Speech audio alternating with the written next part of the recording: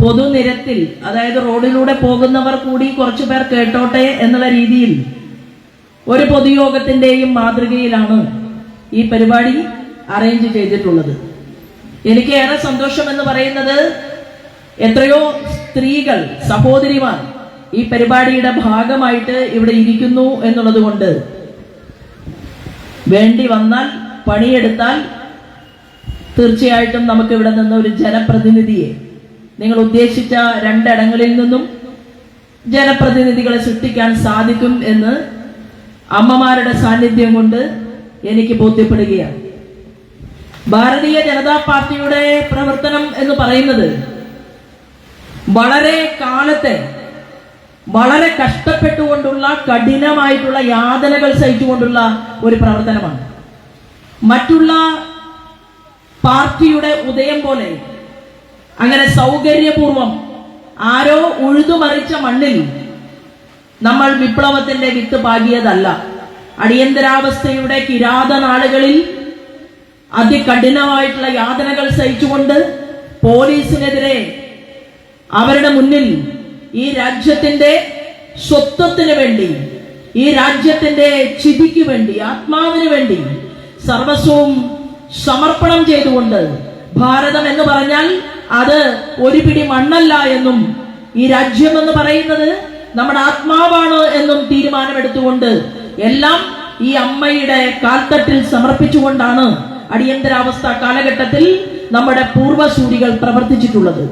അങ്ങനെയുള്ള എത്രയോ ആളുകളുടെ നൈരന്തര്യത്തിന്റെ ആ തുടർച്ചയാണ് ഈ സ്റ്റേജിൽ നിൽക്കുന്ന ഞാൻ ഉൾപ്പെടെയുള്ള എന്റെ പ്രായത്തിലുള്ള ആളുകളും ഇന്ന് കടന്നു വരുന്ന ചെറുപ്പക്കാരായിട്ടുള്ള കുട്ടികളും, പെൺകുട്ടികളും, ആൺകുട്ടികളും ഉൾപ്പെടെ എന്നുള്ളതാണ്. അപ്പൊ ഇതൊരു സഹനമാണ്. ഇറങ്ങി പുറപ്പെട്ടപ്പോ ആരാധനായിട്ടുള്ള ഒ രാജഗോപാൽജി ഒരിക്കലും കരുതിയില്ല ഈ പാർട്ടിയുടെ മുഖ്യമന്ത്രിയെ കാണാൻ സാധിക്കുമെന്ന്, ഈ പാർട്ടിയുടെ പ്രധാനമന്ത്രിയെ കാണാൻ അദ്ദേഹത്തിന് സാധിക്കുമെന്ന്. എന്നാൽ ഒ രാജഗോപാൽജിയെ പോലെ, ശ്രീധരൻ മാസ്റ്ററെ പോലെ, ശ്രീധരൻ പിള്ള സാറിനെ പോലെ, ശ്രീമാൻ വി കെ കൃഷ്ണദാസിനെ പോലെ, ശ്രീ വി മുരളീധരനെ പോലെ, ശ്രീ സുരേന്ദ്രനെ പോലെ ഒരു പ്രസ്ഥാനത്തിന്റെ തുടർച്ച, പ്രവർത്തനം, ആ തുടർച്ചയുടെ ഇപ്പോഴത്തെ നമ്മുടെ ആദരണീയനായിട്ടുള്ള സംസ്ഥാന അധ്യക്ഷൻ ശ്രീമാൻ രാജീവ് ചന്ദ്രശേഖറാണ്. അപ്പോ നമ്മളുടെ പ്രസ്ഥാനത്തിന്റെ പ്രത്യേകത എന്ന് പറയുന്നത് ഈ പാർട്ടി ഈ കുങ്കുമഹരിത പതാകയും പിടിച്ചുകൊണ്ട് ഏത് വിപ്ലവ പാർട്ടിയുടെ മുന്നിലും നെഞ്ചു വിരിച്ച അഭിമാനത്തോടു കൂടി നമ്മൾ അമ്മയ്ക്ക് വേണ്ടി വന്ദേ മാതരം വിളിക്കും.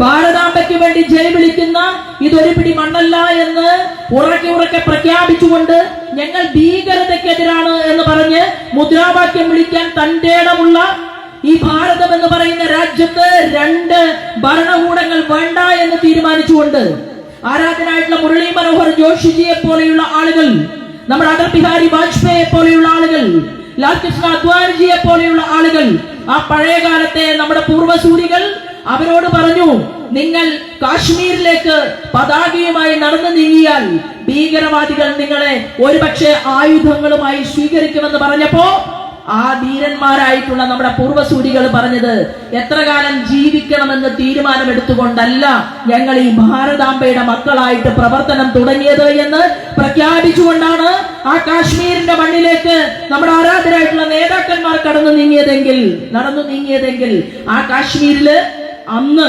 പതിറ്റാണ്ടുകൾക്ക് മുൻപ് നമ്മൾ എടുത്ത തീരുമാനം 370 വകുപ്പ് എടുത്തു കളഞ്ഞുകൊണ്ട് ഭാരതത്തിന് ഒരൊറ്റ കൊടി, ഒരു പതാക, ഒരു പ്രധാനമന്ത്രി, ഒരൊറ്റ രാജ്യം, ഒരൊറ്റ ഭരണകൂടം, ഈ പോയിന്റിൽ ഊന്നി നിന്നുകൊണ്ടാണ് നമ്മുടെ ധീരന്മാരായിട്ടുള്ള പൂർവ്വസൂരികൾ പ്രവർത്തിച്ചത്. ആ പ്രവർത്തനത്തിന് ആരാധനായിട്ടുള്ള നരേന്ദ്രമോദിജി ഈ നാട്ടിന്റെ പ്രധാനമന്ത്രി ആയപ്പോ നമുക്ക് എല്ലാവർക്കും കാണാൻ സാധിച്ചു കാശ്മീരിലെ ആ 370 വകുപ്പ് അതെടുത്തു കളയും. പ്രകടന പത്രികയിൽ പറഞ്ഞു, ആരോടും പറയാതെ ഒളിച്ചു വെച്ച് രഹസ്യമായിട്ട് നമ്മുടെ ചിന്തകളും നമ്മുടെ സ്വപ്നങ്ങളും അത് പെട്ടിയിൽ വെച്ച് പൂട്ടിയിട്ട് ജനങ്ങളുടെ വോട്ട് വാങ്ങി അധികാരത്തിൽ വന്നതല്ല. നമ്മൾ അധികാരത്തിൽ വരുന്നതിന് മുൻപ് പറഞ്ഞു, ഞങ്ങൾക്ക് ഈ രാജ്യത്തിന്റെ ഭരണകൂടത്തിൽ സാരഥ്യം വഹിക്കാൻ അവസരം കിട്ടിയാൽ ഞങ്ങൾ ഈ രാജ്യത്ത് കാശ്മീരിലെ 370 വകുപ്പ് ഞങ്ങൾ എടുത്തു മാറ്റും.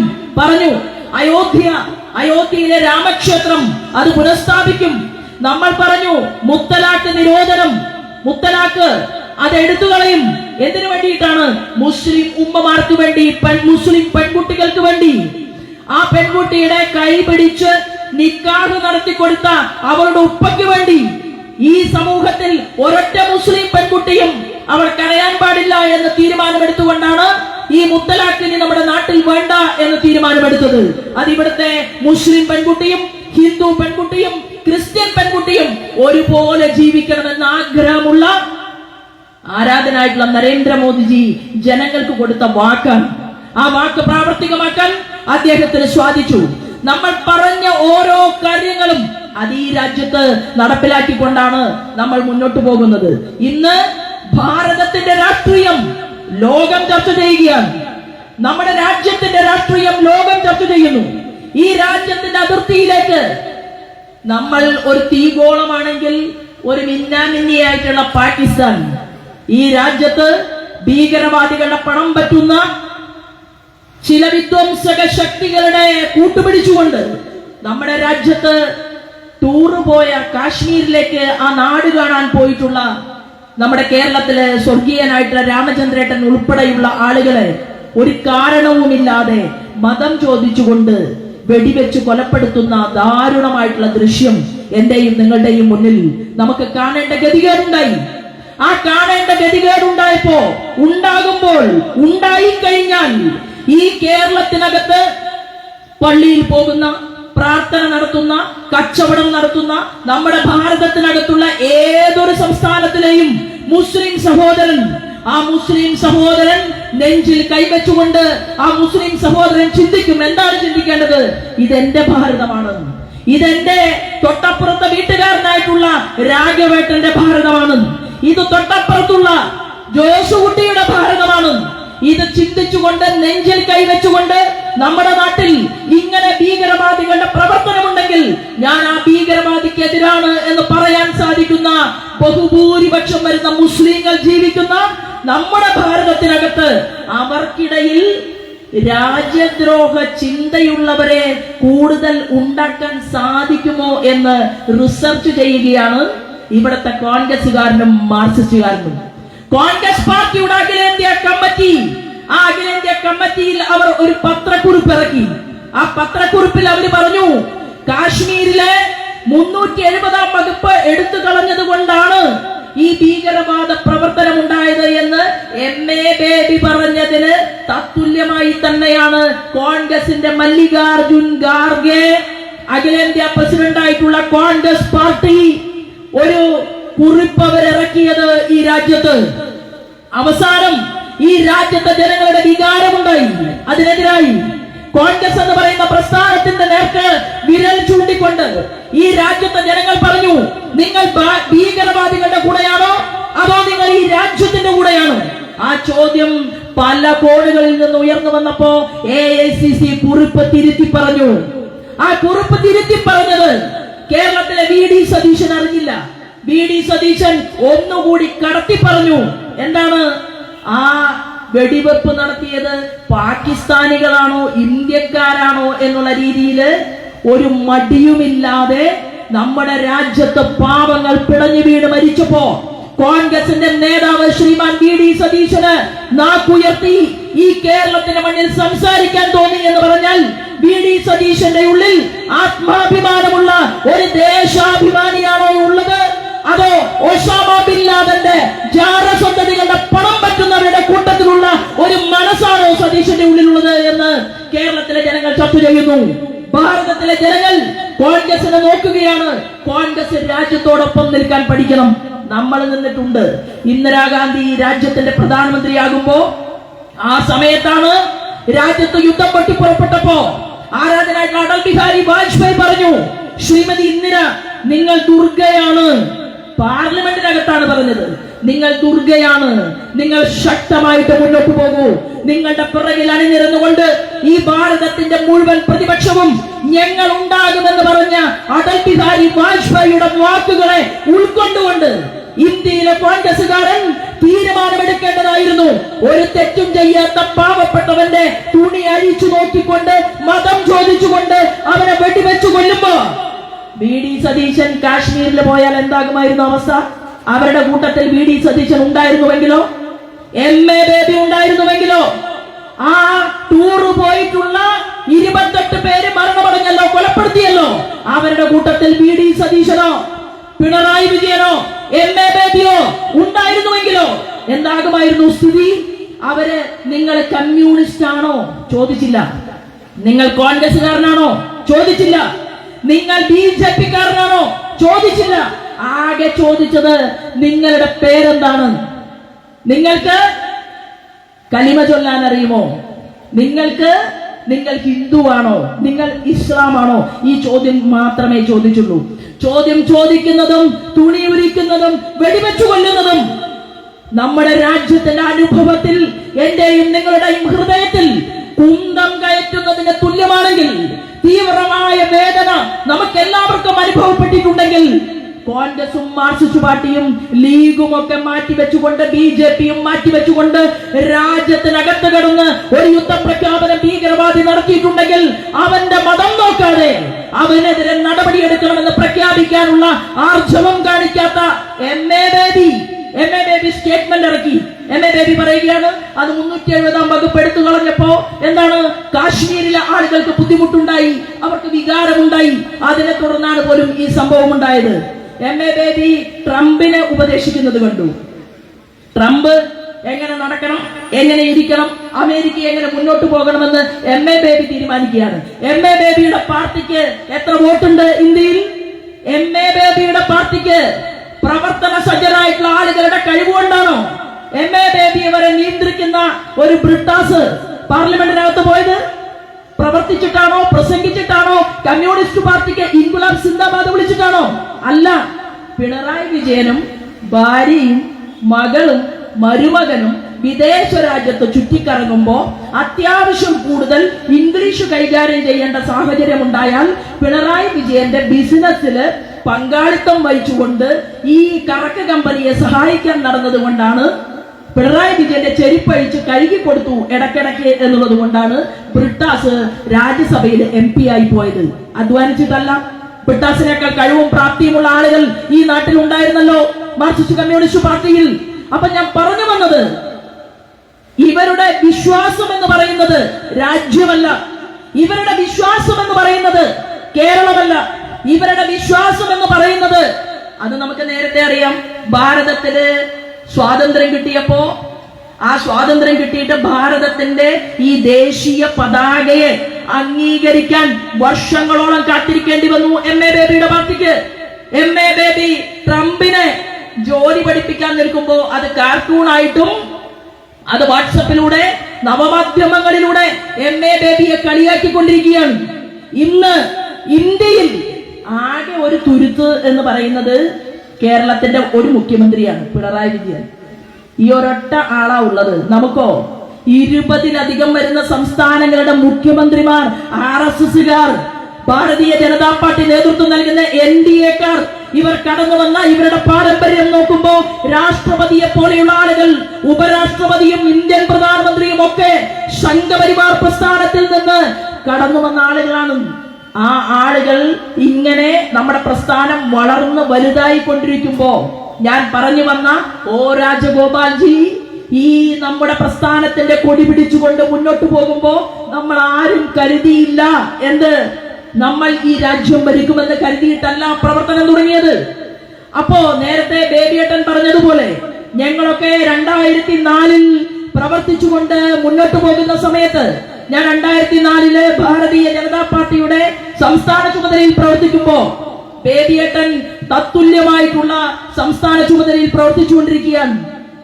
അങ്ങനെ പ്രവർത്തിച്ചുകൊണ്ട് മുന്നോട്ട് പോകുമ്പോ ഇവിടെ MLA ഉണ്ടായാലും MP ഉണ്ടായാലും ഉണ്ടായില്ലെങ്കിലും ഈ നാടിന് വേണ്ടി, നമ്മുടെ അമ്മയ്ക്ക് വേണ്ടി വന്ദേ മാതരം ചൊല്ലിക്കൊണ്ട് ഈ സംഘടനയെ കരിപ്പിടിപ്പിക്കാൻ ഏത് റോഡിലും, ഏത് സ്ഥലത്തും, ഏത് പ്രദേശത്തും, ഏത് അമ്മമാർക്കിടയിലും കുട്ടികൾക്കിടയിലും പ്രവർത്തിക്കാമെന്ന് വാക്ക് കൊടുത്തുകൊണ്ടാണ് നമ്മൾ ഓരോരുത്തരും ഈ സംഘടനയുടെ പ്രവർത്തനത്തിലേക്ക് കടന്നു വന്നിട്ടുള്ളത്. ഞാൻ പറഞ്ഞു വന്നത്, ആ പാകിസ്ഥാനിൽ നിന്ന് ഭീകരന്മാര് ഇങ്ങോട്ടേക്ക് വന്നപ്പോ ഇപ്പോ KC വേണുഗോപാൽ ചോദിക്കുകയാണ്, എന്താ തിരിച്ചടിക്കാത്തത്? തിരിച്ചടിക്കാൻ KC വേണുഗോപാലിന്റെ സർട്ടിഫിക്കറ്റ് കാത്തിട്ടാണോ? ഈ രാജ്യത്തെ മാത്രമല്ല ലോകം ചർച്ച ചെയ്യുന്ന ആഭ്യന്തര വകുപ്പ് മന്ത്രി അമിത്ഷാജിയും ഈ രാജ്യത്തിന്റെ പ്രൈം മിനിസ്റ്റർ നരേന്ദ്രമോദിയും ഈ രാജ്യത്തിരിക്കുന്നത് കോൺഗ്രസിന്റെ ശുപാർശ കത്തുമായിട്ട് പാകിസ്ഥാനെ തിരിച്ചടിക്കാനല്ല. ഈ രാജ്യം ഒരു നയം രൂപീകരിച്ചിട്ടുണ്ട്. ആ രൂപീകരിച്ച നയത്തിനനുസരിച്ച് നമ്മുടെ നാട് മുന്നോട്ട് പോകും. എങ്ങനെയാണ് പാകിസ്ഥാനോട് വ്യവഹരിക്കേണ്ടത് എന്ന് ഈ രാജ്യത്തിന്റെ നയതന്ത്ര പ്രതിനിധികൾ അവർ ചർച്ച ചെയ്തിട്ടുണ്ട്. അത് ഈ രാജ്യത്തിന്റെ പ്രൈം മിനിസ്റ്ററും ഹോം മിനിസ്റ്ററും ആവശ്യത്തിന് അറിയേണ്ട ആളുകളൊക്കെ അറിഞ്ഞ് കാര്യങ്ങൾ സമയമാകുമ്പോൾ ഉചിതമായ നടപടി ഈ ഭാരതത്തിന്റെ ഭാഗത്തു നിന്ന് ഉണ്ടാകുമെന്നാണ് ഇന്ന് രാവിലെ രാജ്നാഥ് സിംഗിനെ പോലെയുള്ള നമ്മുടെ പ്രതിരോധ വകുപ്പിനെ കൈകാര്യം ചെയ്യുന്ന തന്റേടിയായിട്ടുള്ള ലീഡർ കോൺഗ്രസിന്റെ നേതാക്കന്മാർക്ക് മറുപടി കൊടുത്തിട്ടുള്ളത്. ഞാൻ പറഞ്ഞു വന്നത്, ഇവരാരും തന്നെ ഉറക്കമൊഴിച്ചിട്ടല്ല. നമ്മുടെ നാട്ടിൽ കാശ്മീരിലെ ഒരു മുസ്ലിം സ്ത്രീ, അവരുടെ ഒരു 2-3 സ്റ്റേറ്റ്മെന്റുകൾ ഉണ്ടായിരുന്നു. ആ മുസ്ലിം സ്ത്രീ പറഞ്ഞു, അവരോട് ചോദിക്കുകയാണ് പത്രക്കാര്, നിങ്ങളുടെ കാശ്മീരിൽ ഇപ്പോ എന്തു സംഭവിച്ചു? ആ സ്ത്രീ പറയുകയാണ്, നിങ്ങൾ കാണുന്ന കാശ്മീരല്ല ഞങ്ങൾ കാണുന്ന കാശ്മീർ. ശ്രീനഗർ എന്ന് പറയുന്ന സ്ഥലത്ത് നിന്ന് 12 മണിക്കൂർ ട്രെയിനിനകത്തിരുന്നാൽ മാത്രം ഞങ്ങളുടെ ഉദ്ദിഷ്ട സ്ഥാനത്ത് ഞങ്ങൾ എത്തിയിരുന്നു എങ്കിൽ ആ 12 മണിക്കൂർ 3 മണിക്കൂറായി കുറയ്ക്കാൻ റോഡ് സൗകര്യവും റെയിൽ സൗകര്യവും തീവണ്ടികളും കൊണ്ടുവന്ന ആരാധനായിട്ടുള്ള നരേന്ദ്രമോദിയെ കാശ്മീരിലെ മുസ്ലിങ്ങൾ നെഞ്ചേറ്റിരിക്കുകയാണ് എന്നാണ് കാശ്മീരിലെ സ്ത്രീ അവർ നവമാധ്യമങ്ങളിലൂടെ പ്രതികരിച്ചത്. എന്നിട്ട് അവർ ചോദിച്ചു, 70 വയസ്സ് കഴിഞ്ഞ ഓരോ വ്യക്തിക്കും എന്താണ് ആയുഷ്മാൻ ഭാരത് കാർഡ് കൊണ്ടുവന്നു ആരാധനായിട്ടുള്ള നരേന്ദ്രമോദി. നിങ്ങൾ ഇത് കാണുന്നില്ലേ? ആ സ്ത്രീ ചോദിക്കുകയാണ് മാധ്യമ പ്രവർത്തകനോട്, 70 വയസ്സ് കഴിഞ്ഞ ഏതൊരു മനുഷ്യനും ജാതി നോക്കണ്ട, മതം നോക്കണ്ട, വർഗം നോക്കണ്ട, വർണ്ണം നോക്കണ്ട, നമ്മുടെ മുത്തശ്ശന്മാർ, നമ്മുടെ മുതിർന്ന ആളുകൾ, മുത്തശ്ശിമാർ 70 വയസ്സ് കഴിഞ്ഞാൽ അവരുടെ ചികിത്സ മുഴുവൻ ഈ രാജ്യം ഏറ്റെടുക്കണം എന്ന് തീരുമാനമെടുത്തുകൊണ്ട് അത് മിഡിൽ ക്ലാസിന് മുകളിലുള്ളവരാകട്ടെ, മിഡിൽ ക്ലാസ് ആകട്ടെ, താഴ്ന്ന വരുമാനമുള്ളവരാകട്ടെ, എല്ലാവർക്കും ആയുഷ്മാൻ ഭാരതിന്റെ ആനുകൂല്യം കൊടുക്കണമെന്ന് പറഞ്ഞ നരേന്ദ്രമോദിയാണ് ഞങ്ങളുടെ പ്രാണനെന്ന് കാശ്മീരിലെ മുസ്ലിം സ്ത്രീ പ്രതികരിച്ചു.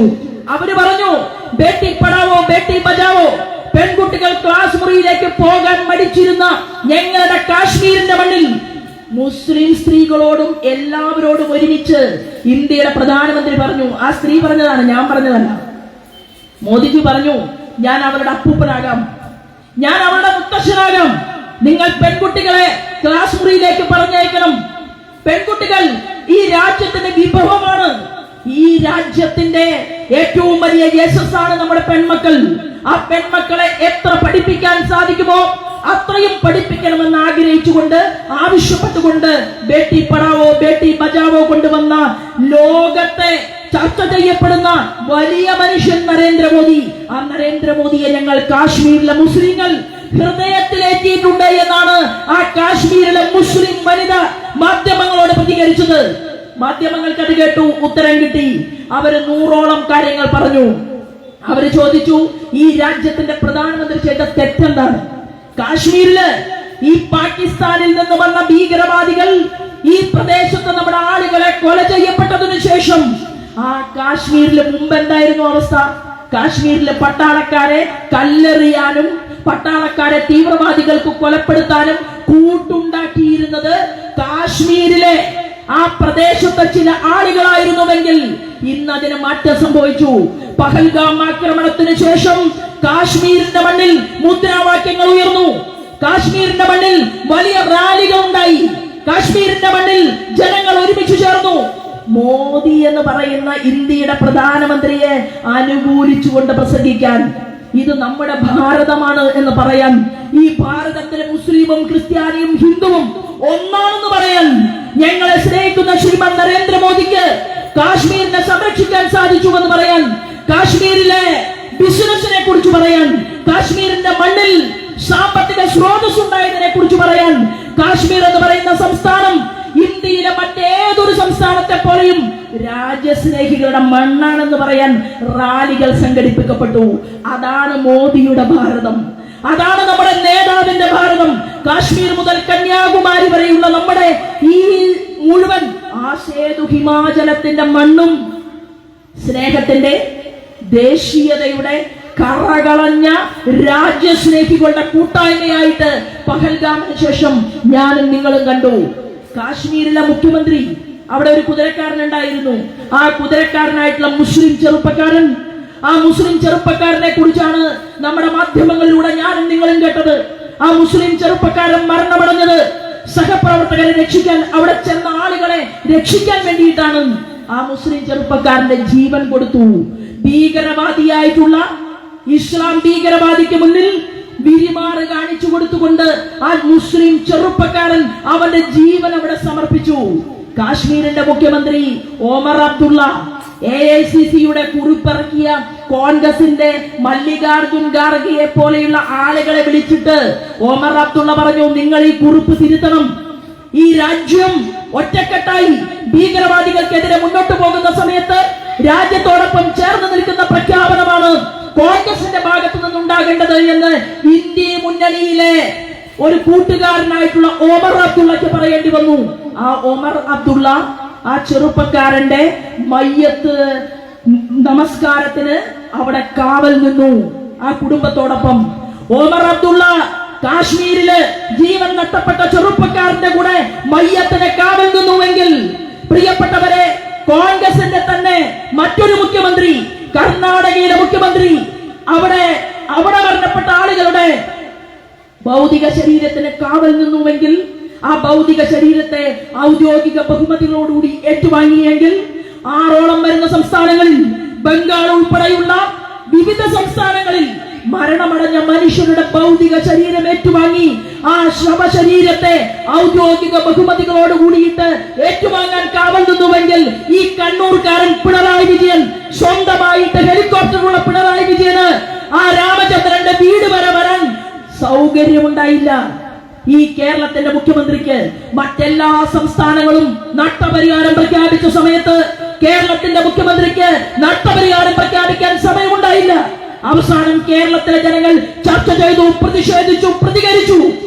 നവമാധ്യമങ്ങളിലൂടെ മുഖ്യമന്ത്രിയെ വെല്ലുവിളിച്ചു. അവസാനം പിണറായി വിജയൻ ഒരുങ്ങിക്കെട്ടി കാസർഗോഡ് മുതൽ തിരുവനന്തപുരം വരെ വലിയ ബസ്സിൽ യാത്ര ചെയ്ത കേരള മുഖ്യമന്ത്രി അങ്ങനെ ഒരുങ്ങിക്കെട്ടി പൊന്നു തമ്പുരാൻ എഴുന്നള്ളി. മറ്റെല്ലാ സംസ്ഥാനങ്ങളിലും മുഖ്യമന്ത്രിമാർ ചെയ്ത മര്യാദ കാണിക്കാൻ അറിയാത്ത ആ കേരളത്തിന്റെ മുഖ്യമന്ത്രി അപമാനിതനായി ഇന്ത്യൻ ജനാധിപത്യത്തിന്റെ മുന്നിൽ നിൽക്കുന്നത് എനിക്കും നിങ്ങൾക്കും കാണാൻ സാധിച്ചു. കാരണം എന്താണെന്ന് അറിയുമോ? ഇത് മോദിയുടെ ഭാരതമല്ലേ? മോദിയുടെ ഭാരതത്തിൽ എന്റെ നാട്ടിൽ നിന്നുള്ള ആള് മരിച്ചാലും അതിനകത്ത് എങ്ങനെയാണ് വർഗീയതയും തീവ്രതയും കലർത്തേണ്ടത് എന്ന് റിസർച്ച് ചെയ്തുകൊണ്ട് കേരളത്തിന്റെ മുഖ്യമന്ത്രി കാത്തിരുന്നുവെങ്കിൽ, അദാനിയുടെ വിഴിഞ്ഞം പോർട്ട് ഉദ്ഘാടനത്തിന് വന്ന ശ്രീമാൻ നരേന്ദ്രമോദിയുടെയും പിണറായി വിജയന്റെ മുഖത്ത് ഭയഭക്തി ബഹുമാനത്തോടു കൂടിയിട്ട് ഇന്ത്യൻ പ്രധാനമന്ത്രി നരേന്ദ്രമോദിയെ നോക്കിയിട്ടും മതിവരാത്ത പിണറായി വിജയനെ എനിക്കും നിങ്ങൾക്കും അവിടെ കാണാൻ സാധിച്ചുവെങ്കിൽ, പ്രിയപ്പെട്ടവരെ, നാടും നഗരവും മാറുകയാണ്. പിണറായി വിജയന്റെ കൂടെയുള്ള വകുപ്പ് മന്ത്രി പറഞ്ഞു, അദാനി പാർട്ട്ണറാണ് എന്നാണ് പറഞ്ഞത്. ആ അദാനിക്കെതിരായിരുന്നല്ലേ ചാനൽ ചർച്ചകൾ മുഴുവൻ? കേരളത്തിൽ രാത്രിയായാൽ ചാനൽ ചർച്ചയിൽ കയറിയിരുന്നുകൊണ്ട് മാർക്സിസ്റ്റ് പാർട്ടിയുടെ നേതാക്കന്മാർ നടത്തിയിട്ടുള്ള ചർച്ചകൾ, അദാനി, ഞാനും പറഞ്ഞിട്ടുണ്ട് ചർച്ചയിൽ മറുപടിയായിട്ട്, അദാനി നരേന്ദ്രമോദിയുടെ അമ്മാമന്റെ മകനല്ല എന്ന് ചാനൽ ചർച്ചയിൽ മറുപടി പറഞ്ഞ ഒരാളാണ് ഞാൻ. അദാനിക്കെതിരെ എന്തെല്ലാം നിങ്ങൾ പറഞ്ഞു? ആ അദാനി പാർട്ട്ണറാണ് എന്ന് വാസവൻ പ്രഖ്യാപിച്ചു. അത് മാത്രമല്ല, അദാനിയുടെ ഈ തുറമുഖം കാണാൻ നല്ല കോട്ടൊക്കെ ഇട്ട് മുഖ്യമന്ത്രി പിണറായി വിജയന്റെ കൂടെ കമല പോയി. കമലയെടുത്ത് കോട്ടിട്ട് നിൽക്കുന്ന ഫോട്ടോ എന്റെ കാറിലുണ്ട്, ഞാനത് ഇങ്ങോട്ടേക്ക് എടുക്കാൻ മറന്നു. ഒപ്പം വീണ കേരളത്തിന്റെ മന്ത്രിയാണ്. കമല ആരാണ്? മന്ത്രിയാണ്. ഈ കമലയിടത്തേക്ക് മുൻപ് അച്യുതാനന്ദന് ഭാര്യയുണ്ടായിരുന്നു, ഏറമ്പാട് കൃഷ്ണൻ നായനാർക്ക് ഭാര്യയുണ്ടായിരുന്നു. പാർട്ടി പാർട്ടിയുടെ ചുമതലയില്ലാത്ത ഒരൊറ്റയൊരാളും പബ്ലിക്കിൽ കമ്മ്യൂണിസ്റ്റ് പാർട്ടിയുടെ നേതാക്കന്മാരോടൊപ്പം കെട്ടിയെഴുന്നള്ളി നടന്നിട്ടില്ല കേരളത്തിന്റെ ചരിത്രത്തിൽ. എന്നാൽ പിണറായി വിജയൻ എവിടെ പോയാലും പിണറായി വിജയന്റെ കൂടെ എന്റെയും നിങ്ങളുടെയും നികുതി പണത്തിന്റെ ചിലവിൽ, അല്ലാതെ പാറപ്പുറത്ത് തെങ്ങുംതോപ്പിലെ തേങ്ങാ വിറ്റ് കിട്ടിയ കാശ് കൊണ്ടല്ല ജപ്പാനിലേക്കും അമേരിക്കയിലേക്കും പോകാൻ വേണ്ടിയിട്ട് ടിക്കറ്റ് എടുത്തത്. ഇവിടുത്തെ പാവപ്പെട്ടവന്റെ പിച്ചച്ചട്ടിയിൽ കൈയിട്ട് വാരിയിട്ട് അവിടെ ഇടുക്കിയിലെ പാവപ്പെട്ട സഹോദരിക്ക് പെൻഷൻ കൊടുക്കാൻ സാധിക്കാതെ കേരളത്തിൽ ആവശ്യമായിട്ടുള്ള ജനങ്ങളുടെ നിത്യജീവിതവുമായി ബന്ധപ്പെട്ട എല്ലാ പ്രശ്നങ്ങളിലും കണ്ണടക്കുന്ന ആ പിണറായി വിജയന്റെ കൂടെ അദാനിയുടെ വിഴിഞ്ഞം പോർട്ടില് അദാനിയുടെ മറ്റൊരു പാർട്ട്ണറെ പോലെയാണ് വീണ നിന്നത്, കമലേടത്തി നിന്നത്, പിന്നെയോ വീണയുടെ കൊച്ചുമകൻ നിന്നത്. നാണമുണ്ടോ? ഇന്ത്യയുടെ പ്രധാനമന്ത്രി ശ്രീമാൻ നരേന്ദ്രമോദി സ്വന്തം അമ്മയെപ്പോലും ഒരു 10 ദിവസം തന്റെ ഇന്ദ്രപ്രസ്ഥത്തിൽ കൊണ്ടുവന്ന് അമ്മയ്ക്ക് രാജകീയമായ സുഖ സൗകര്യങ്ങളോടുകൂടി 10 ദിവസം ഭക്ഷണം കൊടുക്കണമെന്ന് തീരുമാനിക്കാത്ത ശ്രീമാൻ നരേന്ദ്രമോദി പറഞ്ഞു, എന്റെ അമ്മ അയൽ വീടുകളിൽ പാത്രം കഴുകി കിട്ടിയ നാണയത്തുട്ടുകൾ ചേർത്ത് വെച്ചുകൊണ്ടാണ് ഞങ്ങൾ മക്കളെ പഠിപ്പിച്ചത്. ആ കുടിസുമുറിയിൽ ഞങ്ങൾ ജീവിക്കുമ്പോഴും അമ്മ എനിക്ക് പകർന്നു തന്ന ആത്മാഭിമാനത്തിന്റെ വലിയ കോട്ടയുണ്ട്. ആ ആത്മാഭിമാനത്തിന്റെ വലിയ കോട്ടയ്ക്ക് മുന്നിൽ ഞാൻ നിൽക്കുമ്പോൾ ഞാൻ അമ്മമാർക്ക് വേണ്ടി പദ്ധതികൾ കൊണ്ടുവരും. അങ്ങനെയാണ് മാതൃവന്ദനം പദ്ധതി കൊണ്ടുവന്നത്. ആ നരേന്ദ്രമോദിയെ പിണറായി വിജയൻ കണ്ട് പഠിക്കണ്ടേ, മനസ്സിലാക്കണ്ടേ? കമ്മ്യൂണിസ്റ്റ് പാർട്ടിയുടെ ബാലകൃഷ്ണൻ നായരും EMSനും അതുപോലെ തന്നെ AK ഗോപാലനും എത്രയോ പ്രഗത്ഭമതികളായിട്ടുള്ള നേതാക്കന്മാർ ഈ കേരളത്തിന്റെ മണ്ണിൽ ഉണ്ടായിരുന്നു. കമ്മ്യൂണിസ്റ്റ് പാർട്ടിക്ക് അവർക്കുമുണ്ടായിരുന്നു കുടുംബം, അവർക്കുമുണ്ടായിരുന്നു കുട്ടികൾ, അവർക്കുമുണ്ടായിരുന്നു മക്കൾ.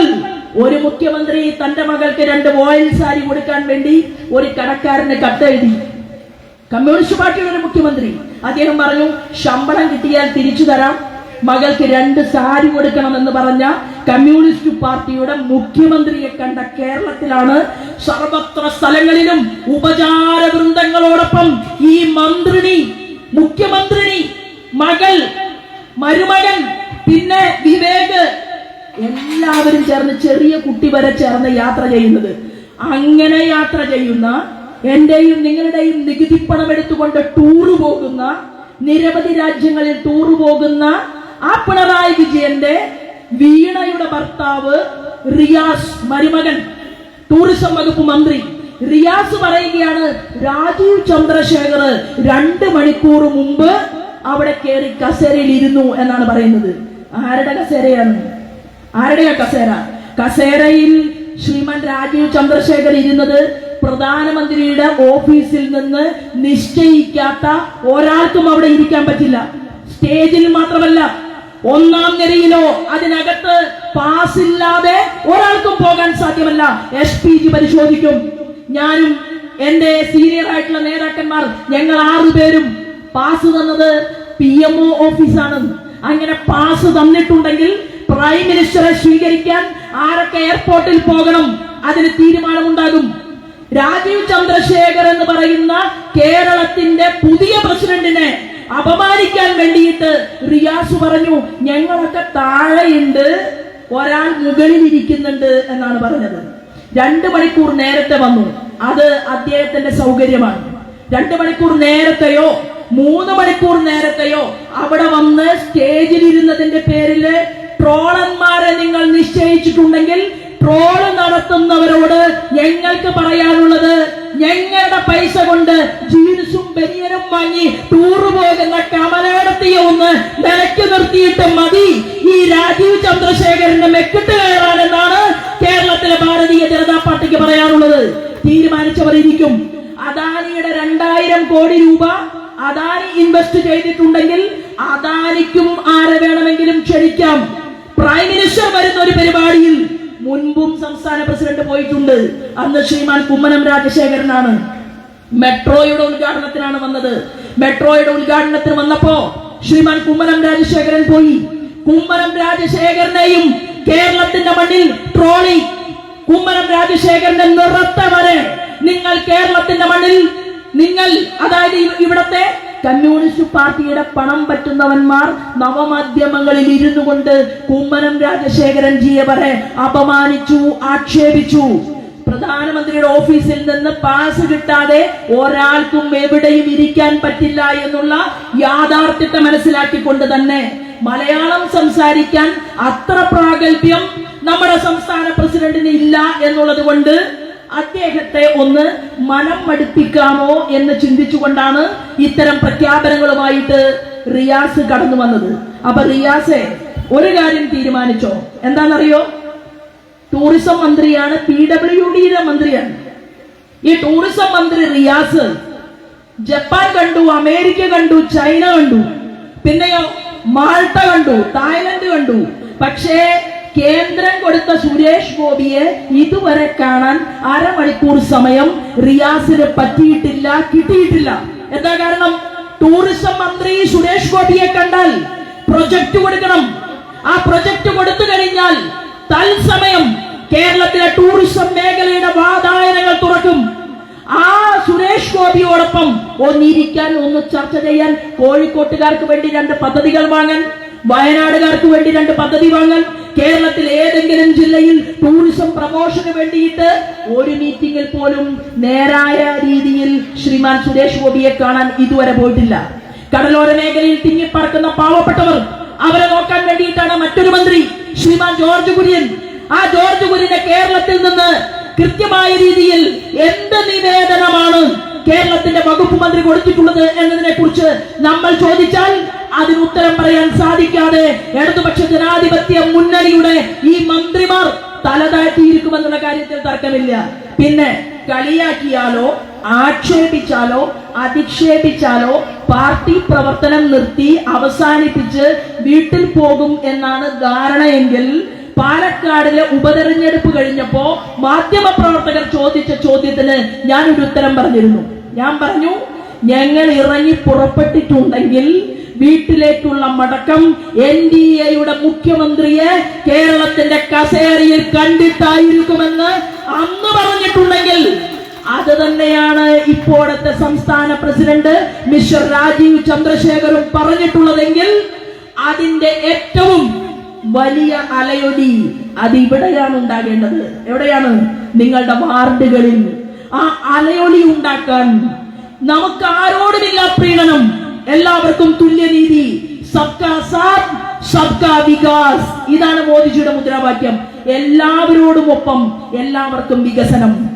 അതിനു വേണ്ടിയാണ് ആ പാവം അധികാരമേറ്റെടുത്ത ദിവസം മുതൽ ഒരു ദിവസം പോലും ലീവ് എടുക്കാതെ ലോകരാജ്യങ്ങളിൽ മുഴുവൻ പോയി. എന്തിനാ പോയത്? രാഹുൽ ഗാന്ധി പോണ പോലെ പ്രത്യേകമായ ഒരു ദ്വീപിലേക്ക് സുഖവാസത്തിന് പോകുന്നതല്ല. നമ്മുടെ കൺമുന്നിൽ മണിക്കൂറുകൾ ഉറക്കമുപേക്ഷിച്ച്, മണിക്കൂറുകൾ ശരീരത്തിന്റെ പോലും സ്ഥിതി വകവയ്ക്കാതെ നമ്മുടെ ആരാധനായിട്ടുള്ള ശ്രീമാൻ നരേന്ദ്രമോദി ലോകരാജ്യങ്ങളിൽ പോയി ചർച്ച ചെയ്ത് മുന്നോട്ട് പോയി. ഇന്ന് ലോകത്തെ സാമ്പത്തിക ശക്തി രാഷ്ട്രങ്ങളുടെ മുന്നിൽ 3-ാം സ്ഥാനം എന്റെ അമ്മയ്ക്ക് വാങ്ങിക്കൊടുക്കുമെന്ന് പറയുന്ന ചായ കച്ചവടക്കാരന്റെ മകൻ ശ്രീമാൻ നരേന്ദ്രമോദിയുടെ ഭാരതം, ആ ഭാരതം ലോകത്തിന്റെ നെറുകയിലേക്ക് നടന്നെടുക്കുകയാണ്. ലോകത്തിന്റെ നെറുകയിലേക്ക് നടന്നെടുക്കുന്ന ആ ആരാധനായിട്ടുള്ള നരേന്ദ്രമോദിജിയുടെ ഭാരതത്തിൽ അദ്ദേഹം കൊണ്ടുവന്ന 300 പദ്ധതികൾ കോഴിക്കോട്ടുകാർക്ക് കിട്ടുന്നില്ലെങ്കിൽ നോ ഷോർട്ട് കട്ട്, ഒരെളുപ്പ വഴിയുമില്ല. എന്താകണം? മെമ്പർ ഓഫ് പാർലമെന്റ് അത് രാഘവട്ടനാണ് കോഴിക്കോട്. പക്ഷേ മുനിസിപ്പാലിറ്റിയിൽ ഒരു വാർഡിൽ ആര് ജയിക്കണം എന്ന് തീരുമാനിക്കാൻ ഈ ഇരിക്കുന്ന അമ്മമാരും സഹോദരന്മാരും തീരുമാനമെടുത്താൽ മതി.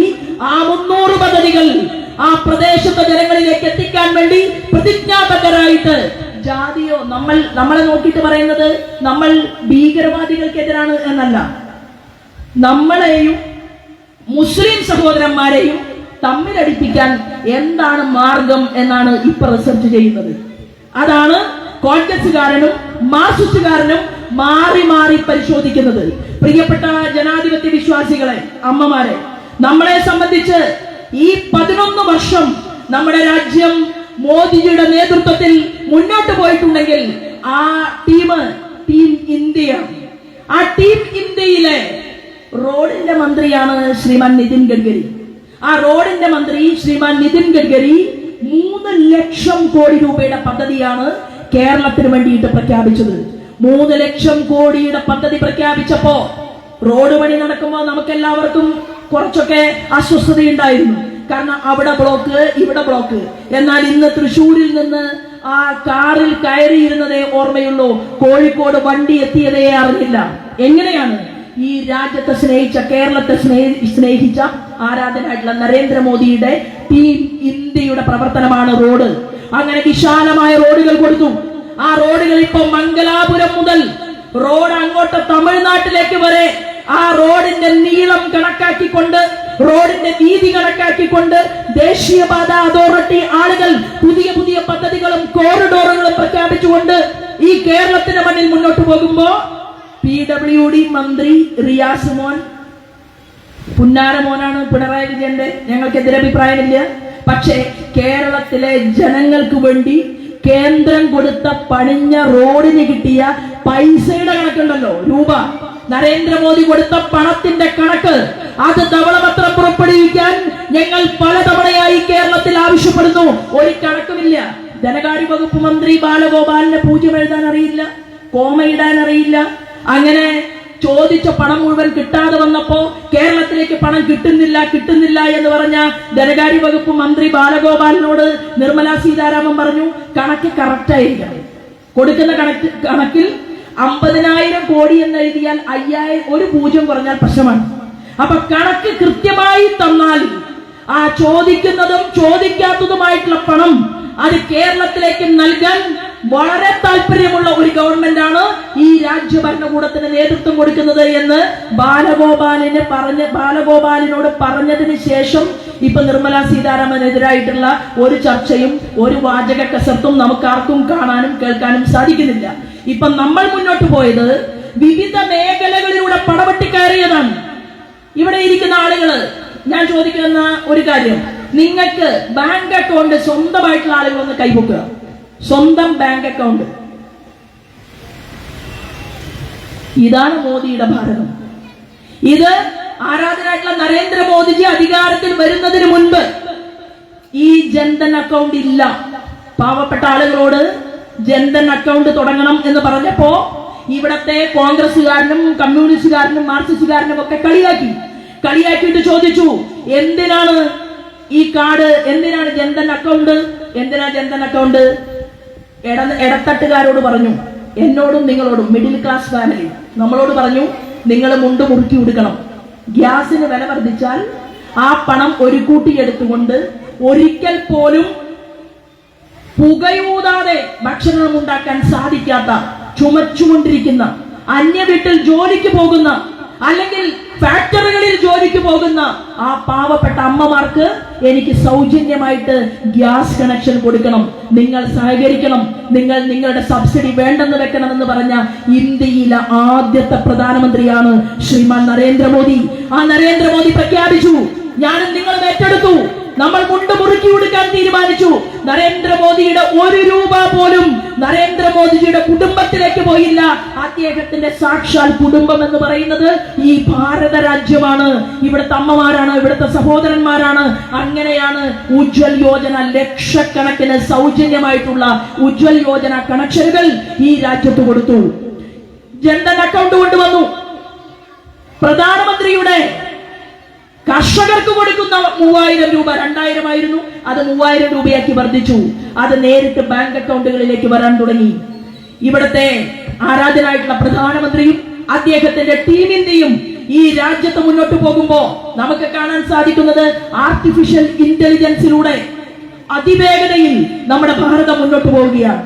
ആർട്ടിഫിഷ്യൽ ഇന്റലിജൻസിന്റെ തലതൊട്ടപ്പന്മാർ ഈ ഭാരതത്തിൽ നിന്ന് വളർന്നു വരുന്നുവെന്ന് ലോകം അത്ഭുതത്തോടുകൂടി നമ്മളെ നോക്കി. നമ്മുടെ ഭാരതത്തിലെ ബാങ്കുകൾ, നമ്മുടെ ഭാരതത്തിന്റെ ധനകാര്യ സ്ഥാപനങ്ങൾ എല്ലാം തന്നെ അതീവ വേഗതയിൽ മുന്നോട്ട് പോകുന്നു. ലോകത്തിന്റെ സാമ്പത്തിക വ്യവസ്ഥിതിയിൽ 3ാം സ്ഥാനത്തേക്ക് നമ്മുടെ ഭാരതം കുതിക്കുമെന്നുള്ള റിപ്പോർട്ടുകൾ ഫിനാൻസ് ഇൻസ്റ്റിറ്റ്യൂട്ടിന്റെ വലിയ തലവന്മാർ, മോർഗൻ സ്റ്റാൻലിയെ പോലെയുള്ള ആളുകൾ, ആ ഇൻസ്റ്റിറ്റ്യൂട്ടുകൾ ലോകത്തോട് വിളിച്ചു പറഞ്ഞു. എന്തുകൊണ്ടാണെന്ന് അറിയുമോ? നമ്മുടെ ഭാരതം അങ്ങനെയാണ്. ഇവിടെ ഇരിക്കുന്ന ഓരോ അമ്മമാരും ഭക്ഷണം കഴിക്കാൻ വേണ്ടി, മക്കൾക്ക് ഭക്ഷണം കൊടുക്കാൻ വേണ്ടിയിട്ട് അരി കഴുകി അടുപ്പത്തിടുമ്പോ ഒരു പിടി അരിയെങ്കിലും എടുത്ത് മാറ്റിവെച്ച് ആ അരിയെ വർദ്ധിപ്പിച്ച് അമ്മമാർ, ധനകാര്യ വിദഗ്ധകളായിട്ടുള്ള സഹോദരിമാരും അമ്മമാരുമാണ് ഈ ഇരിക്കുന്ന ആളുകൾ. ഭർത്താക്കന്മാരറിയാതെ മകളുടെ കല്യാണം നിശ്ചയിച്ചാൽ ആ അമ്മയുടെ കയ്യിലും മിനിമം പാവപ്പെട്ട ദാരിദ്ര്യമുള്ള ഒരു അമ്മയുടെ കയ്യിലും ഉണ്ടാകും ഒരു 2 പവൻ സ്വർണ്ണാഭരണം. ലോകം ചർച്ച ചെയ്തു, ഏറ്റവും കൂടുതൽ സ്വർണ്ണ ശേഖരമുള്ള അമ്മമാർ നമ്മുടെ ഭാരതത്തിലാണ്. എന്തുകൊണ്ടാണ്? ധനകാര്യ വിദഗ്ധരാണ്. പട്ടിണി കിടന്നുകൊണ്ടും തന്റെ അടുത്ത തലമുറയെ സംരക്ഷിക്കണമെന്നുള്ള ആഗ്രഹമുള്ള, ആർജവമുള്ള ഈ ഭാരതത്തിലെ അമ്മമാർ. ആ അമ്മമാരോടാണ്, ആ പെൺകുട്ടികളോടാണ് ഇന്ത്യയുടെ പ്രധാനമന്ത്രി പറഞ്ഞത് ബേട്ടി പഠാവോ ബേട്ടി ബചാവോ. പെൺകുട്ടികൾ പഠിക്കട്ടെ, വളരട്ടെ. അത് കഴിഞ്ഞിട്ട് പറഞ്ഞു, ആ പെൺകുട്ടി പഠിപ്പൊക്കെ കഴിഞ്ഞ് വിവാഹം കഴിച്ചു പോയാൽ അവൾക്ക് എന്ത് വേണം? അവൾക്ക് ഇന്ദ്രധനുഷ് യോജന പദ്ധതി കൊടുക്കണം. എന്തിനാണ്? അവളുടെ ഗർഭാവസ്ഥയെ പരിരക്ഷിക്കണം. അവളുടെ മുഖം ഒന്ന് വിളറിയാൽ അവൾക്ക് നല്ല പോഷകാഹാരം കൊടുക്കണം. അവൾ വാർദ്ധക്യത്തിലെത്തുന്നതിന് മുൻപ് അവളെ അമ്മയായി മാതൃവന്ദനം പരിപാടി കൊടുക്കണം. ബേട്ടി പഠാവോ ബേട്ടി ബചാവോ.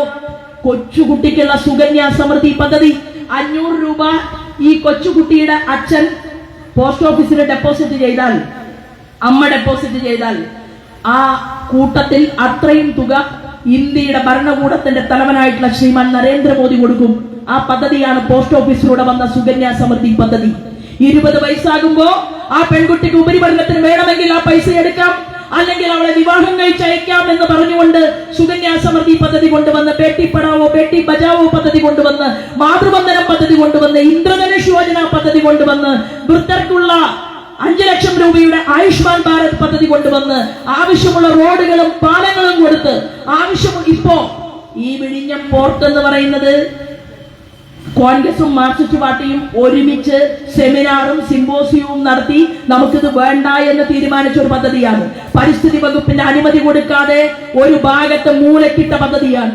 ലോകത്തിന്റെ ഏറ്റവും വലിയ വിമാനത്താവളങ്ങൾ കൈവശം വെക്കാൻ ഞങ്ങൾക്കാണ് അധികാരമെന്ന് പറഞ്ഞ ലോകരാജ്യങ്ങളുടെ മുഖത്ത് നോക്കിക്കൊണ്ട് ഈ രാജ്യത്തിന്റെ ക്യാബിനറ്റ് മിനിസ്റ്ററും ഇന്ത്യയുടെ പ്രധാനമന്ത്രിയും പറഞ്ഞത്, ഈ പദ്ധതി യാഥാർത്ഥ്യമായാൽ ലോകത്തെ ഏറ്റവും വലിയ കണ്ടെയ്നർ ഷിപ്പുകൾ വന്ന് വിഴിഞ്ഞത്ത് കേരളത്തിൽ നങ്കൂരമടിക്കുമെന്ന് പ്രഖ്യാപിച്ചപ്പോ അന്ന് വിശ്വസിക്കാതെ പ്രഖ്യാപനവും പത്രസമ്മേളനവും നടത്തിയ കോൺഗ്രസിന്റെയും മാർക്സിസ്റ്റ് പാർട്ടിയുടെയും നേതാക്കന്മാരുള്ള കേരളമാണിത്. ഇന്ന് വിഴിഞ്ഞത്തേക്ക് വരുന്ന നങ്കൂരമടിക്കാൻ ആഗ്രഹിക്കുന്ന കപ്പലുകൾ ലോകത്തെവിടെയുമില്ലാത്ത സുഖസമൃദ്ധമായിട്ടുള്ള ഏറ്റവും ആഴമുള്ള ഒരു വിഴിഞ്ഞം തുറമുഖ പദ്ധതി, അതിന്റെ ആവശ്യമായിട്ടുള്ള അനുമതിയും രേഖകളും എല്ലാം കിട്ടിയിരിക്കുകയാണ്. ഞാൻ സൂചിപ്പിച്ചത് പടവെട്ടി നേടിയതാണ്. ഈ വികസനങ്ങൾ മുഴുവൻ, ഈ രാജ്യത്ത് കാണുന്ന ഈ വികസനങ്ങൾ മുഴുവൻ നമ്മൾ പടവെട്ടി നേടിയതാണ്.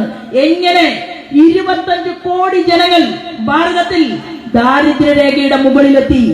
25 കോടി ജനങ്ങളെ ആരാധനായിട്ടുള്ള നരേന്ദ്രമോദിയുടെ ഭരണകൂടം ഈ ചുരുങ്ങിയ കാലഘട്ടം കൊണ്ട് ദാരിദ്ര്യരേഖയുടെ മുകളിലെത്തിച്ചു എന്ന് പറഞ്ഞാൽ, ആളുകൾക്ക് വീട് കൊടുത്തു. പ്രധാനമന്ത്രി ആവാസ് യോജന പദ്ധതി. ആളുകൾക്ക് ഗ്യാസ് കണക്ഷൻ മുതൽ വീട് വരെ കൊടുത്തു. കുടിക്കാൻ കുടിവെള്ള പദ്ധതി, ജൽനൽ പദ്ധതി കൊണ്ടുവന്നു. എന്ത് പദ്ധതിയാണ് കൊണ്ടുവരാത്തത്? കൊണ്ടുവരുന്ന പദ്ധതികളുടെ പേര് മാറ്റി കേരളത്തിൽ മുഖ്യമന്ത്രി ആഘോഷിക്കുന്നുണ്ട്. സ്വച്ഛ് ഭാരത് പദ്ധതിയുടെ പേര് മാറ്റി ഹരിത കേരളം പദ്ധതിയാക്കി. ദീനദയാൽ ഉപാധ്യായയുടെ പേരിലുള്ള പേര് മാറ്റിയിട്ട് അത് ചെറുതാക്കി എഴുതിയിട്ട് ഇവിടെ മെമ്പർമാരിരിക്കുന്നുണ്ട്. ദീനദയാൽ ഉപാധ്യായ എന്ന് ഒരു സ്ഥലത്തും എഴുതി വെക്കാതെ ആ പേര് ഷോർട്ട് ചെയ്തുകൊണ്ട് DU ആക്കി. അപ്പോ അത് ദീനദയാൽ ഉപാധ്യായ എന്ന് പറഞ്ഞാൽ RSSകാരുടെ നേതാവാണ്, BJPക്കാരുടെ നേതാവായിരുന്നു. ഏകാത്മ മാനവ ദർശനമായിരുന്നു അദ്ദേഹത്തിന്റെ മുഖമുദ്ര. ആ ഏകാത്മ മാനവ ദർശനം മുഖമുദ്രയാക്കിക്കൊണ്ട് ദീനദയാൽ ഉപാധ്യായജി ഒരു ഭാഗത്ത് മുന്നോട്ട് പോകുമ്പോൾ സമൂഹത്തിന്റെ മുഖ്യധാരയിൽ ഏറ്റവും അടിത്തട്ടിൽ കിടക്കുന്നവനെ മുന്നിലേക്ക് കൊണ്ടുവരണമെന്നായിരുന്നു ദീനദയാൽ ഉപാധ്യായജിയുടെ സ്വപ്നം. ആ സ്വപ്ന പദ്ധതിയാണ് അടൽ ബിഹാരി വാജ്പേയി നടപ്പിലാക്കിയത്. അതിന്റെ തുടർച്ചയാണ് ശ്രീമാൻ നരേന്ദ്രമോദി എന്ന് പറയുന്ന പ്രധാനമന്ത്രി നടപ്പിലാക്കിക്കൊണ്ട് മുന്നോട്ട് പോകുന്നത്. ഇന്ന് നരേന്ദ്രമോദിജി എന്ന് പറയുന്നത് ആവേശമാണ്. നരേന്ദ്രമോദി എന്ന് പറയുന്നത് ആത്മാർത്ഥതയാണ്. നരേന്ദ്രമോദി എന്ന് പറയുന്നത് വാക്കാണ്. നരേന്ദ്രമോദി എന്ന് പറയുന്നത് കരുത്താണ്. നരേന്ദ്രമോദി എന്ന് പറയുന്ന ഇന്ത്യൻ പ്രധാനമന്ത്രിക്ക് പകരം വെക്കാൻ ഇന്ത്യയിൽ ഒരാളുമില്ല എന്നുള്ളത് എനിക്കും നിങ്ങൾക്കും ലോകത്തിന് ഉറപ്പായി. 22 ലോകരാജ്യങ്ങളുടെ അംഗീകൃത പരമോന്നത ബഹുമതി അത് നരേന്ദ്രമോദി പതക്കമായിട്ട് നെഞ്ചിൽ സ്വീകരിച്ചിട്ടും ആ മനുഷ്യൻ ലോകത്തോട് പറഞ്ഞു, ഭാരതത്തോട് പറഞ്ഞു. എന്താ പറഞ്ഞെന്നറിയുമോ? ഒരാൾ രാഷ്ട്രീയക്കാരനായാൽ, അത് ഞാനാകട്ടെ, എന്റെ സഹപ്രവർത്തകനായിട്ടുള്ള ശ്രീമാൻ രമേശ് ആകട്ടെ, ശ്രീ സുരേന്ദ്രനാകട്ടെ, ആരോ ആകട്ടെ, എല്ലാവരെയും പഠിപ്പിച്ചു. എന്താണെന്നറിയുമോ? രാഷ്ട്രീയ പ്രവർത്തനത്തിൽ ഒരാൾ ജയിച്ചാൽ, MLA ആയാൽ, MP ആയാൽ, മന്ത്രിയായാൽ, കേന്ദ്രമന്ത്രിയായാൽ, പ്രധാനമന്ത്രിയായാൽ സേവകനെ പോലെ പ്രവർത്തിക്കണം. ശോഭാ സുരേന്ദ്രന് ജോലിക്കാരിയെ പോലെ ജനങ്ങൾക്ക് വേണ്ടി പ്രവർത്തിക്കാൻ സൗകര്യമില്ലെങ്കിൽ ഈ പണിയിൽ നിൽക്കണ്ട എന്നാണ് ഭാരതീയ ജനതാ പാർട്ടിയുടെ മുദ്രാവാക്യം. നമ്മൾ അതാണ് ഹൃദയത്തിൽ എഴുതിയിട്ടുള്ളത്. എന്നാൽ കോൺഗ്രസിനും മാർക്സിസ്റ്റ് പാർട്ടിക്കും നിങ്ങൾ രാജാക്കന്മാരെയാണ് വളർത്തുന്നത്. നിങ്ങൾ രാജാക്കന്മാരെ വളർത്തിയിട്ട് അഹങ്കാരത്തോടുകൂടി ഇവിടുത്തെ പാവപ്പെട്ട ജനങ്ങളുമായിട്ട് നിങ്ങൾ ചർച്ച നടത്തുമ്പോ ഞങ്ങളുടെ ശ്രീമാൻ നരേന്ദ്രമോദി സേവനത്തിന്റെ മഹത്വം പഠിപ്പിച്ചുകൊണ്ട് ഞങ്ങൾ റോഡിലേക്ക് ഇറങ്ങും. പിന്നെ നവമാധ്യമങ്ങളിലൂടെ ട്രോൾ എഴുതുന്ന ആളുകൾ പറയുന്നുണ്ട് അഹങ്കാരം കുറച്ച് കൂടുതലാണ്. അത് ശരിയാണ്, നല്ല അഹങ്കാരമുണ്ട്. കാരണം അഹങ്കാരം എങ്ങനെ ഉണ്ടായി എന്നറിയുമോ? ബേബേട്ടൻ പറഞ്ഞില്ലേ, 21ാമത്തെ വയസ്സിൽ യുവമോർച്ചയുടെ ജില്ലയുടെ പ്രവർത്തനത്തിൽ കടന്നു വന്നതിന് ശേഷം ഇന്ന് വയസ്സ് എനിക്ക് 51ആയി. 30 കൊല്ലത്തോളം ഇവിടെ എന്റെ പാർട്ടിയെ വളർത്താൻ മറ്റൊന്നും ചിന്തിക്കാതെ ഞാനും എന്റെ പാർട്ടിയുടെ പ്രവർത്തകന്മാരും മുതിർന്നവരും ഒരുമിച്ച് ഞങ്ങൾ വന്ദേ മാതരം ചൊല്ലിയിട്ടുണ്ടെങ്കിൽ ഞങ്ങൾക്ക് സ്വന്തമായിട്ട് ഈ പാർട്ടിയിൽ വിശ്വസിക്കുന്ന ഒരാൾ ഇന്ത്യയുടെ പ്രധാനമന്ത്രിയാകുമ്പോ അഹങ്കാരം ഞങ്ങൾക്കുണ്ടാകും. ഇന്ത്യയുടെ രാഷ്ട്രപതി സ്ഥാനത്ത് ഒരാൾ വരുമ്പോ അഹങ്കാരം ഞങ്ങൾക്കുണ്ടാകും. ഈ രാജ്യത്തിന്റെ 20ലധികം വരുന്ന മുഖ്യമന്ത്രിമാർ ഭാരതീയ ജനതാ പാർട്ടിക്ക് ഉണ്ടാകുമ്പോ ഞങ്ങൾക്ക് കുറച്ച് അഹങ്കാരം ഉണ്ടാകും. ഇനി അഹങ്കാരം കുറച്ചുകൂടി കൂടും. കാരണം 20% വോട്ട് പാർലമെന്റ് തെരഞ്ഞെടുപ്പിൽ ഭാരതീയ ജനതാ പാർട്ടിക്ക് ഈ കേരളത്തിൽ കിട്ടിയെന്നറിഞ്ഞപ്പോ ഞങ്ങളുടെ മനസ്സിനകത്ത് നല്ലൊരു അഹങ്കാരമുണ്ടായി. പിന്നെ കമ്മ്യൂണിസ്റ്റ് പാർട്ടിയുടെ പൊന്നുതമ്പുരാൻ പിണറായി വിജയന്റെ പാർട്ടിയുടെ പുന്നപ്രയും വയലാറും അടങ്ങുന്ന പ്രദേശത്ത് മത്സരിക്കാൻ എനിക്കൊരു യോഗമുണ്ടായി ആലപ്പുഴയിൽ. ആ ആലപ്പുഴയില് വയലാറിലും പുന്നപ്രയിലും 1ാം സ്ഥാനം കിട്ടിയപ്പോ കുറച്ച് അഹങ്കാരം കൂടി ഉണ്ടായി. അത് ഈ രാജ്യത്തോടുള്ള സ്നേഹമാണ്, അല്ലാതെ നിങ്ങൾ ഉദ്ദേശിക്കുന്ന അഹങ്കാരമല്ല. പിന്നെയോ KC വേണുഗോപാൽ എന്ന് പറയുന്ന കോൺഗ്രസിന്റെ ഇത്രയും വലിയ ഒരു ലീഡർ, ആ ലീഡറുടെ മുന്നിൽ ഞാൻ മത്സരിച്ചപ്പോ രമേശ് ചെന്നിത്തലയുടെ മണ്ഡലമായിട്ടുള്ള ഹരിപ്പാടും മാർക്സിസ്റ്റ് കമ്മ്യൂണിസ്റ്റ് പാർട്ടിയുടെ ഈറ്റില്ലമായിട്ടുള്ള കായംകുളത്തിന്റെ വിവിധ പ്രദേശങ്ങളിലും കോൺഗ്രസും BJPയും തമ്മിൽ വിരലിലെണ്ണാവുന്ന വോട്ടുകളുടെ മാത്രം വ്യത്യാസമുണ്ടായെങ്കിൽ അത് കോൺഗ്രസുകാരനും മാർക്സിസ്റ്റ് പാർട്ടിക്കാരനും വോട്ട് ഞങ്ങൾക്ക് താമര ചിഹ്നത്തിൽ നൽകിയത് കൊണ്ടാണ്. അഹങ്കാരം എന്ന് നിങ്ങൾക്ക് നവമാധ്യമങ്ങളിലൂടെ തോന്നുന്നുവെങ്കിൽ അത് കുങ്കുമഹരിത പതാക പാറിക്കളിക്കുന്നത് കാണുമ്പോഴുള്ള അഹങ്കാരമാണ്. എന്നോട് ഒരാൾ ചോദിച്ചു, കോഴിക്കോട് 2 വാർഡിന്റെ പരിപാടിയാണോ വലുത് അതോ കൊല്ലം ജില്ലയുടെ പരിപാടിയാണോ വലുത്? ഞാൻ കൊല്ലം ജില്ലയിലെ ഇന്ന് സംസ്ഥാന പ്രസിഡന്റിനോടൊപ്പം സംസാരിക്കേണ്ട ആളാണ്. ഞാനായിരുന്നു കൊല്ലം ജില്ലയുടെ ഒബ്സർവർ. അപ്പൊ ഞാൻ പറഞ്ഞു, കൊല്ലം ജില്ലയിൽ ഞാൻ പ്രസംഗിച്ചില്ലെങ്കിലും എന്താണ് സംഭവിക്കുക? കൊല്ലം ജില്ലയിലെ സംസ്ഥാന പ്രസിഡന്റ് പ്രസംഗിക്കും. പിന്നെ അവിടെ വേറെയും സഹഭാരവാഹികളുണ്ട്. എന്നോട് എന്റെ സഹപ്രവർത്തക രാജീവ് പ്രസാദ് പിണങ്ങി. കാരണം രാജീവ് പ്രസാദിന്റെ ജില്ലയിലെ പരിപാടി കട്ട് ചെയ്തുകൊണ്ട് കോഴിക്കോട്ടേക്ക് വരികയാണ്. ഞാൻ പറഞ്ഞു, കോഴിക്കോട്ടെ പരിപാടിയാണ് ആദ്യം തീരുമാനിച്ചത്. പ്രസംഗിക്കാൻ സാധിക്കുമോ സാധിക്കില്ലയോ അറിയില്ല, ശബ്ദത്തിന് തയ്യാറുണ്ട്. പക്ഷേ കോഴിക്കോട് 2 വാർഡിൽ ആളുകൾ കഷ്ടപ്പെട്ട് പന്തല് കെട്ടാനും മൈക്ക് വയ്ക്കാനും ആളുകൾക്ക് ഭക്ഷണം കൊടുക്കാനും അവർ അനുഭവിച്ചിട്ടുള്ള ആ ഒരു ത്യാഗമുണ്ടല്ലോ, അതിന്റെ മുന്നിൽ നിൽക്കുക എന്നുള്ളത് നമ്മളെ സംബന്ധിച്ച് ഒരാൾ വന്ന് സംസാരിക്കുന്നത് അവർക്ക് സന്തോഷമുണ്ടെങ്കിൽ തീർച്ചയായിട്ടും പോകണം എന്ന് പറഞ്ഞുകൊണ്ടാണ്. നാളെ തൃശൂർ പൂരമാണ്. നാളെ തൃശൂർ പൂരത്തിന് പറവയ്ക്കുന്നതിന്റെ ആ വേദിയിൽ ശ്രീമാൻ സുരേഷ് ഗോപി ഉൾപ്പെടെയുള്ള ആളുകളുണ്ട്. അപ്പൊ ഞാൻ പറയാൻ ആഗ്രഹിച്ചത്, നവമാധ്യമങ്ങളിലൂടെ എന്നെ ട്രോളുന്ന ആളുകൾക്കുള്ള ഒരു ചെറിയ മറുപടി ഞാൻ കൊടുത്തു എന്ന് മാത്രമേ ഉള്ളൂ. അപ്പൊ ആലപ്പുഴയിലും മാർക്സിസ്റ്റ് കമ്മ്യൂണിസ്റ്റ് പാർട്ടിയുടെ മാർക്സിസ്റ്റ് പാർട്ടിയുടെ DYFIയുടെ വലിയ നേതാവിനെ നമ്മൾ BJP ആക്കിയിട്ടുണ്ട്. ഇനി ഒരു 10-25 ആളുകളെ കൂടി ഞങ്ങൾ BJP ആക്കും. അതിന്റെ ചർച്ചകളെല്ലാം അവിടെ പ്രാദേശിക തലത്തിൽ നടന്നു കഴിഞ്ഞു. കായംകുളത്തും ഹരിപ്പാടും മാത്രമല്ല, കണ്ണൂരിലെ പിണറായിയിലെ പാറപ്പുറത്തും ഭാരതീയ ജനതാ പാർട്ടിയുടെ താമര ചിഹ്നത്തിലേക്ക് വോട്ടുകൾ ഒഴുകി വന്നിട്ടുണ്ട്. കാസർഗോഡ് മുതൽ തിരുവനന്തപുരം വരെ അങ്ങനെ പാർട്ടിയുടെ വോട്ടുകൾ ഒഴുകി വരാൻ കാരണം നിങ്ങൾ പറഞ്ഞതെല്ലാം മാറ്റി പറഞ്ഞു.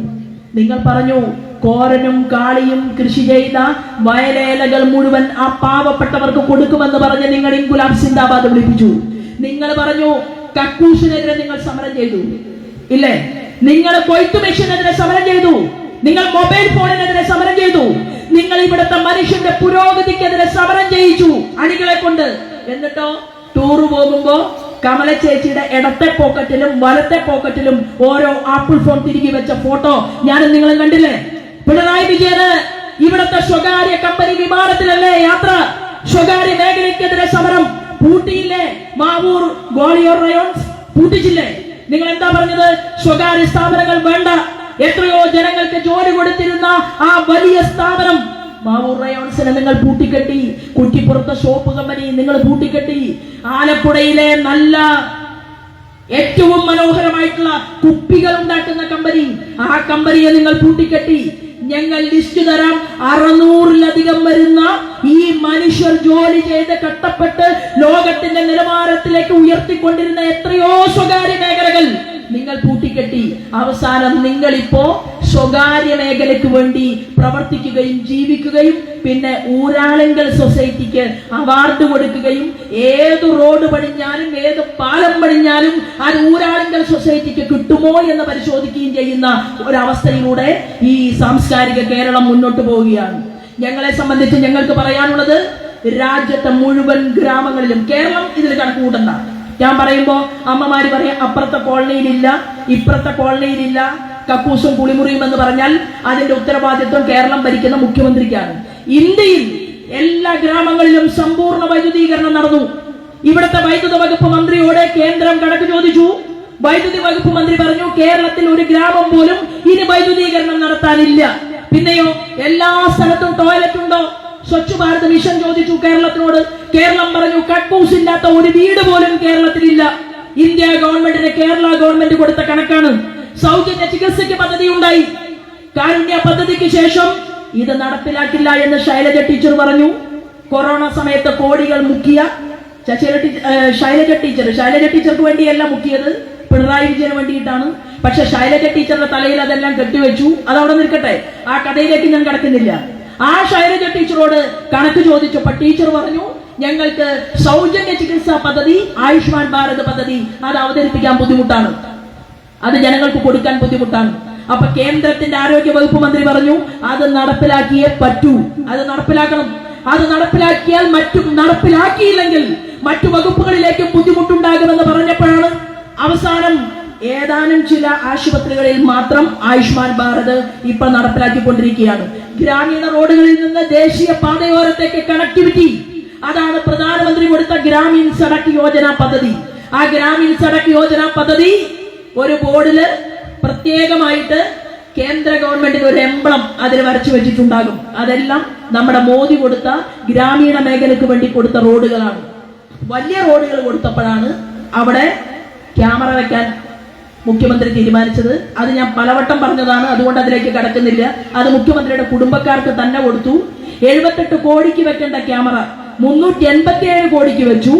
ആ പൈസയെല്ലാം അറേഞ്ച് ചെയ്ത് വിവിധ രാജ്യങ്ങളിൽ കൊണ്ടുപോയി നിക്ഷേപിക്കാനാണ് ഇംഗ്ലീഷുകാരൻ നമ്മുടെ കുംഭമേളയെ അപമാനിച്ച ബ്രിട്ടാസിനെ കൂടെ കൂട്ടി നടക്കുന്നത്. കമ്മ്യൂണിസ്റ്റ് പാർട്ടിയെ വളർത്തിയത് കൊണ്ടോ ഇൻകുലാബ് സിന്ദാബാദ് വിളിച്ചത് കൊണ്ടോ അല്ല, ഇദ്ദേഹത്തിന്റെ ഒരു കാര്യക്കാരൻ, ആ കാര്യക്കാരനായിട്ട് ബ്രിട്ടാസ് അങ്ങനെ കൂടെ കൂടിയിരിക്കുകയാണ്.